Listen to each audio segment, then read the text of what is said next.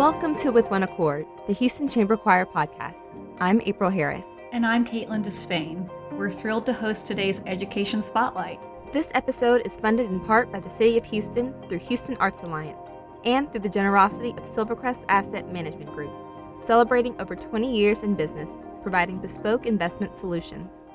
We're joined today by Austin Hunt, composer, choral director, and singer. Austin, thank you so much for joining us today. How are you? I'm doing great. Thank you guys for having me on today. It's an honor. Absolutely. Thank you. Absolutely. Tell us a little bit about yourself, your background. Sure. What role did choral music, performance, and education play in your personal development in your youth? For me, it's been an essential component of how I've grown up to be an adult. My father was a choir director and symphony orchestra director, and he always gave me opportunities to participate with the choirs he was directing, whether it was a community chorale or a church choir or a college choir. And so from a very young age, I got to experience the benefits of being part of a choir family and the musical development that comes with being in choir. So I was very blessed from a young age to always be involved in a lot of different types of choir. And the number one thing that gave me was being connected to something that felt purposeful. I always felt like what I was doing mattered. And so at no point in my life did I feel existential drama, because I always knew, even as a teenager, I was like, oh, I love to make music with people. That's just what I love to do. And if nothing else, I can always drop what I'm doing and go make music. So I really am indebted to my parents for raising me in a very musical household. Currently, I am the director of choirs at Springwoods Village Middle School, as well as the music director of HopePointe Anglican Church in the Woodlands, Texas. Oh, and I'm sorry, Springwoods Village Middle School is in Spring ISD. And I also direct a boys choir called the Luminari Boys Choir, and they're a touring auditioned boys choir, and also writing choral music. Whoa, okay, Austin. Keep busy. Yeah. Busy man, definitely. I would It's a love good to life. see I'm what very your thankful. schedule looks like. So your community outreach extends to these multiple student and community choir organizations. Tell us a little bit about each of those choirs and what makes them unique and, They are very unique. Each one serves a very specific group in the community.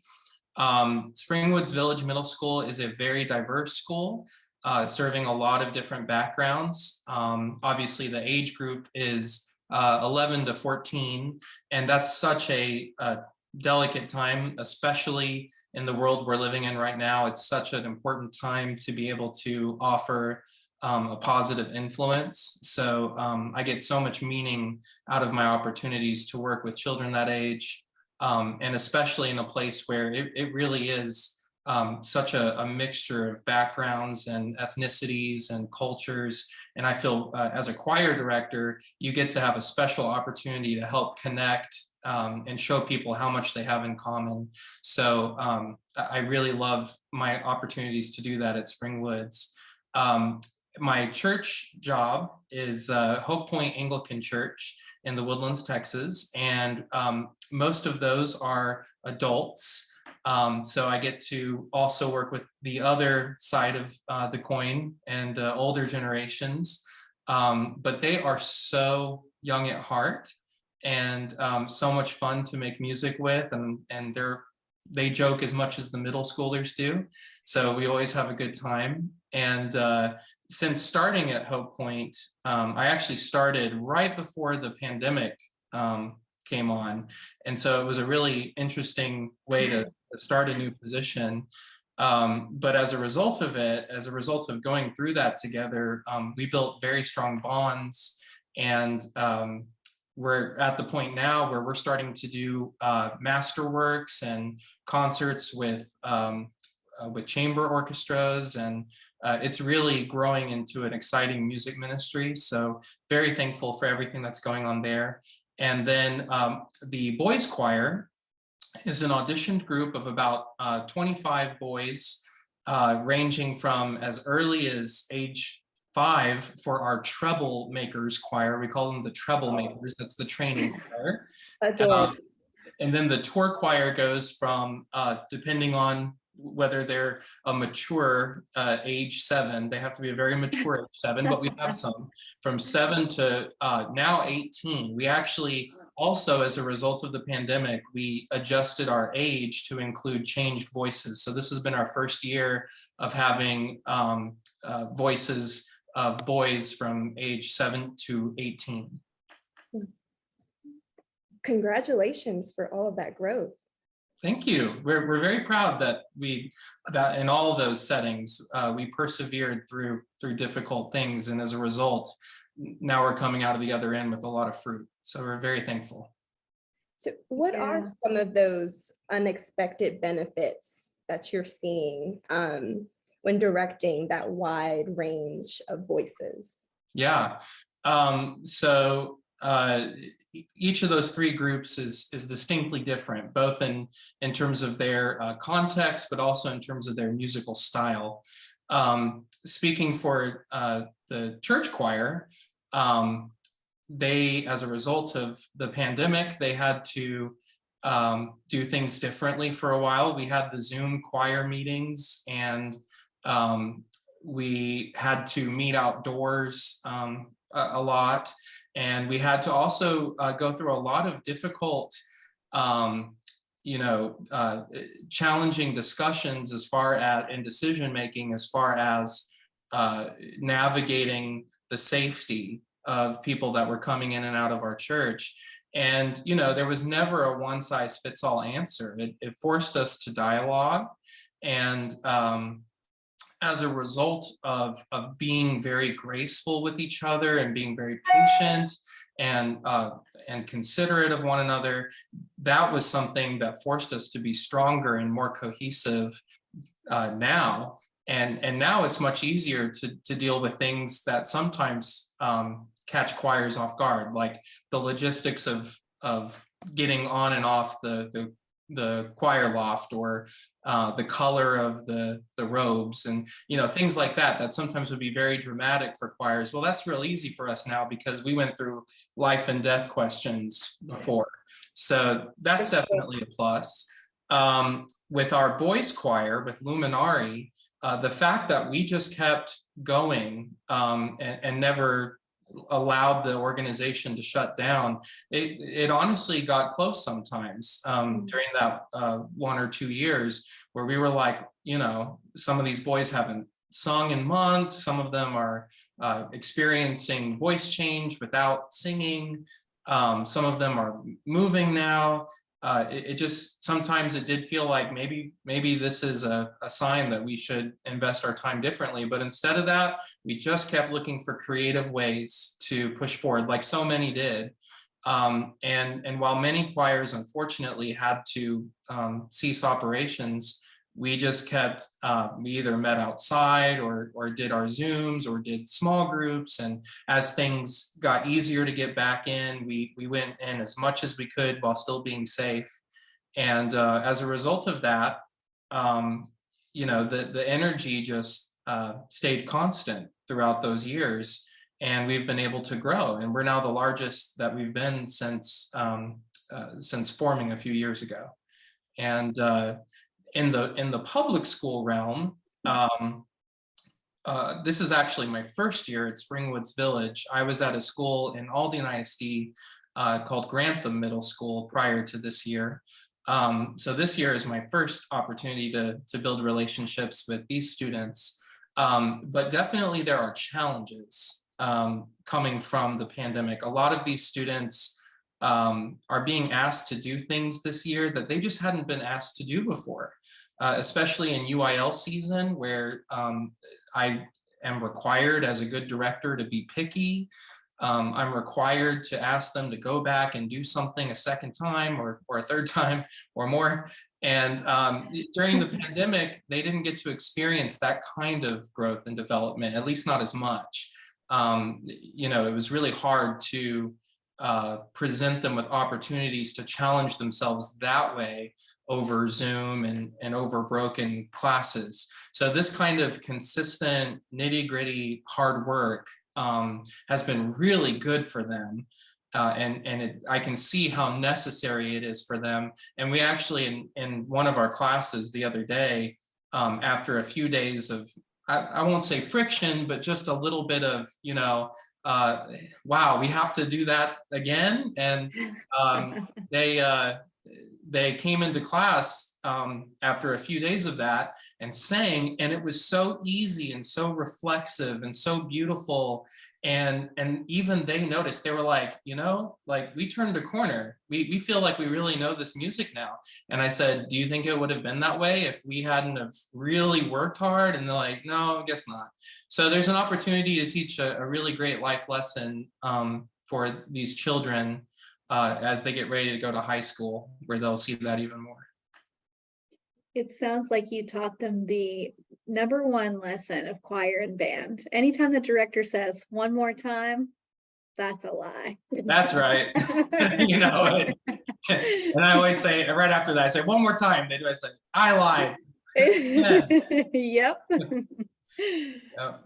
So another subtopic that often comes up when discussing member retention, whether it's for a student choir or a community choir, engagement. What would you consider one of your most effective tactics that you've designed, or that one of your peers has helped you to think more about in offering programs that help the students stay connected and engaged? Absolutely. Other than during UIL season, we go to UIL March 2nd, so I'm very much focused on that.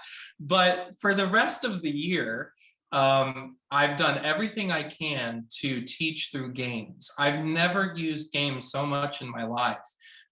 Everything from solfege lava ball, where they have to, you know, hit a ball across the room, and every time somebody hits it, they sing a scale degree of the solfege. You know, Poison Melody, Forbidden Rhythm, all these great games, and sight reading games for learning music literacy. I've tried really hard, except for right now, as we get closer to competition.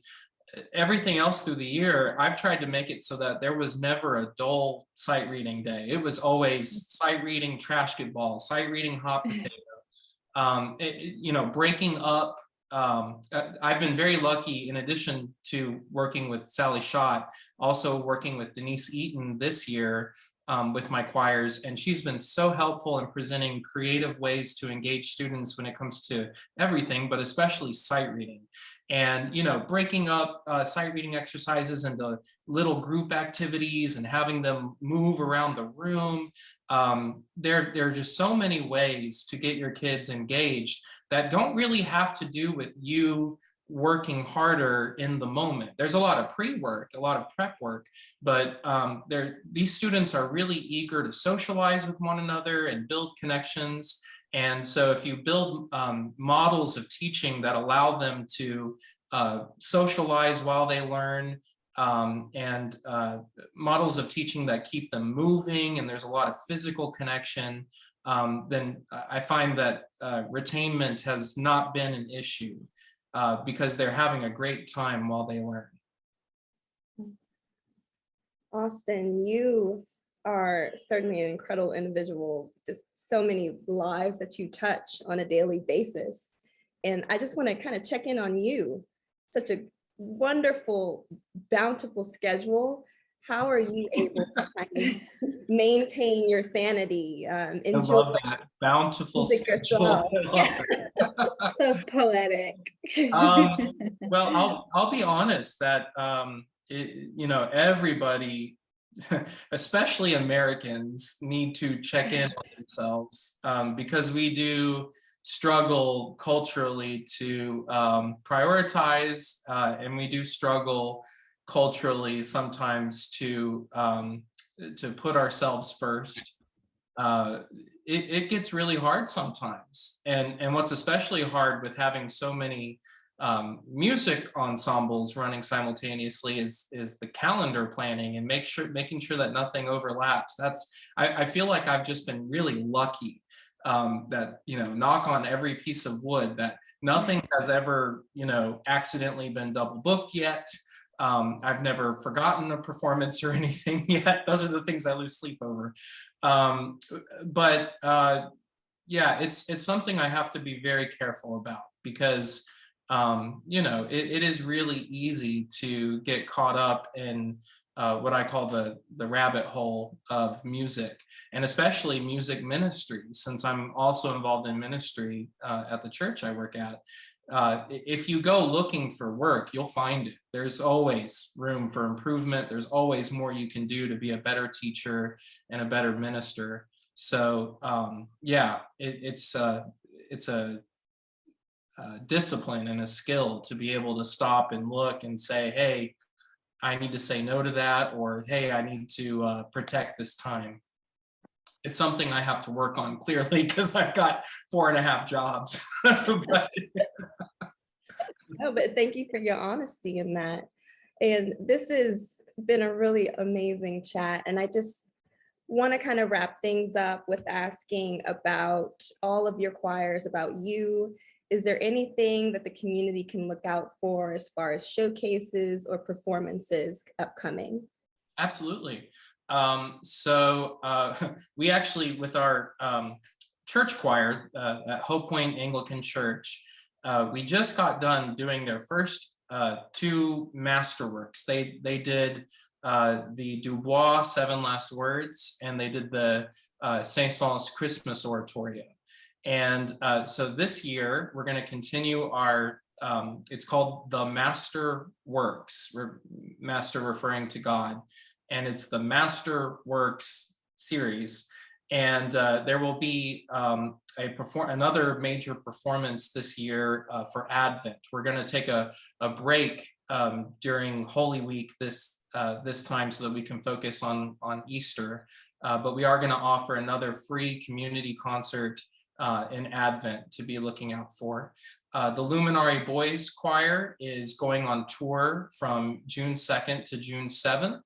And they'll be going around the Austin area. They'll be singing in the state capitol and at the State Museum, singing for some churches in the area. And we're also looking to engage universities on that tour.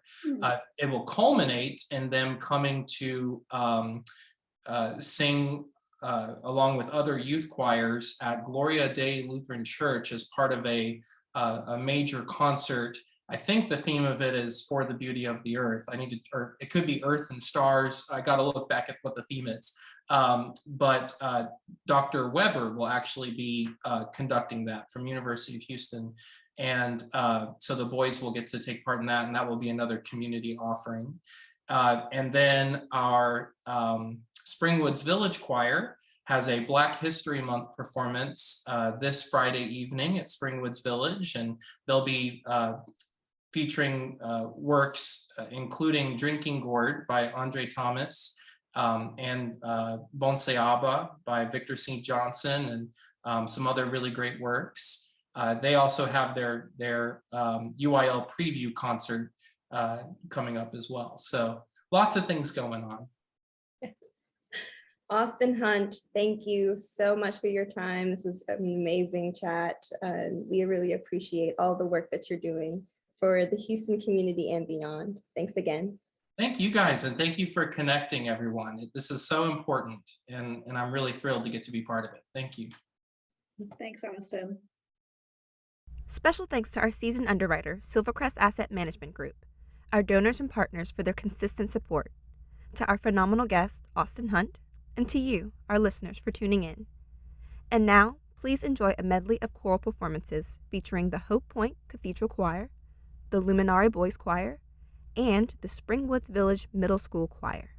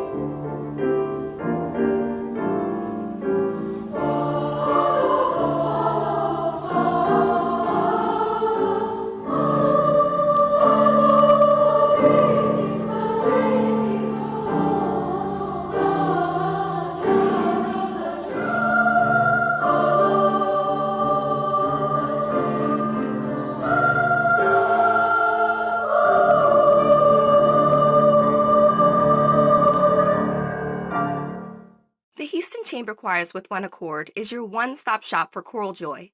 If you enjoyed this podcast, help us to continue our mission to grow the esteem and appreciation of choral music by sharing, reviewing, and subscribing to our content. As a 501c3 nonprofit, support from listeners like you allows us to continue making new and exciting programming. For more information about us and how you can support our work, please visit houstonchamberchoir.org/give.